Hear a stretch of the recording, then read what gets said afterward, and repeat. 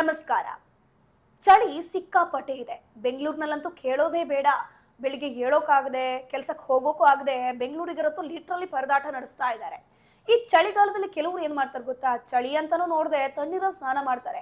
Because ಅವ್ರಿಗೆ ಕೆಲವರಿಗೆ ಅಭ್ಯಾಸ ಆಗಿ ಹೋಗಿರುತ್ತೆ. ನನಗೆ ಅಭ್ಯಾಸ ಆಗಿ ಹೋಗಿದೆ. ತಣ್ಣೀರಲ್ಲಿ ಸ್ನಾನ ಮಾಡಿದ್ರೇನೆ ನನಗೆ ಫ್ರೆಶ್ನೆಸ್ ಸಿಗೋದು, ತಾಜಾತನ ಸಿಗೋದು, ಲೇಸಿನೆಸ್ ನಿಂದ ಸ್ವಲ್ಪ ದೂರ ಇದ್ದು ಚೆನ್ನಾಗಿ ಕೆಲಸ ಮಾಡ್ತೀನಪ್ಪ ಬೆಳಿಗ್ಗೆ ಅಂತ ಅನ್ಕೊಂಡು ತಣ್ಣೀರಲ್ಲಿ ಸ್ನಾನ ಮಾಡ್ತಾರೆ. ಆದ್ರೆ ತಣ್ಣೀರಲ್ಲಿ ಸ್ನಾನ ಮಾಡೋರು ಒಂದ್ಸತಿ ನೀವು ಯೋಚನೆ ಮಾಡ್ಬೇಕಾಗತ್ತೆ. ಯಾಕಂದ್ರೆ ತಣ್ಣೀರಲ್ಲಿ ನೀವು ಇನ್ ಕೇಸ್ ಏನಾದರೂ ಸ್ನಾನ ಮಾಡ್ತಿದ್ರೆ ನಿಮಗೆ ಪಾರ್ಶ್ವವಾಯು ಬರುವಂತಹ ಚಾನ್ಸಸ್, ಸ್ಟ್ರೋಕ್ ಹೊಡೆಯುವಂತಹ ಚಾನ್ಸಸ್ ಜಾಸ್ತಿ ಇದೆಯಂತೆ. ಇದು ನಾವು ಹೇಳ್ತಿಲ್ಲ, ಬದಲಾಗಿ ಕೆಲವೊಂದು ಸಂಶೋಧನೆಗಳು ಹೇಳ್ತಾ ಇದೆ.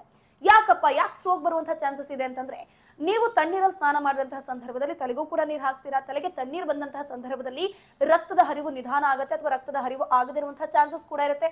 ಈ ಸಂದರ್ಭದಲ್ಲಿ ನರಗಳಿಗೆ ಆಮ್ಲಜನಕ, ಆಕ್ಸಿಜನ್ಗಳು ಸಿಗೋದಿಲ್ಲ.